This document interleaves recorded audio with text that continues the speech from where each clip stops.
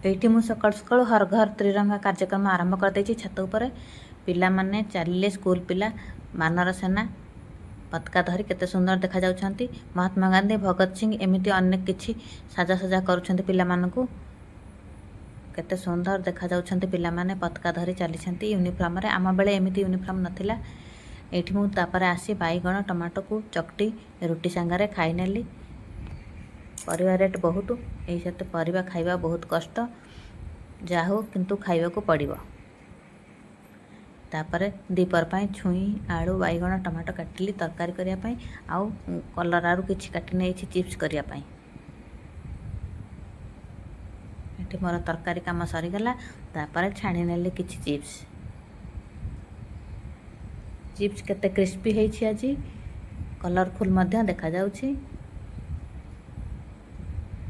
ତାପରେ ବାପାଙ୍କୁ ଖାଇବାକୁ ଦେଇକି ମୁଁ ବସି ପଡ଼ିଲି ଖାଇବାକୁ।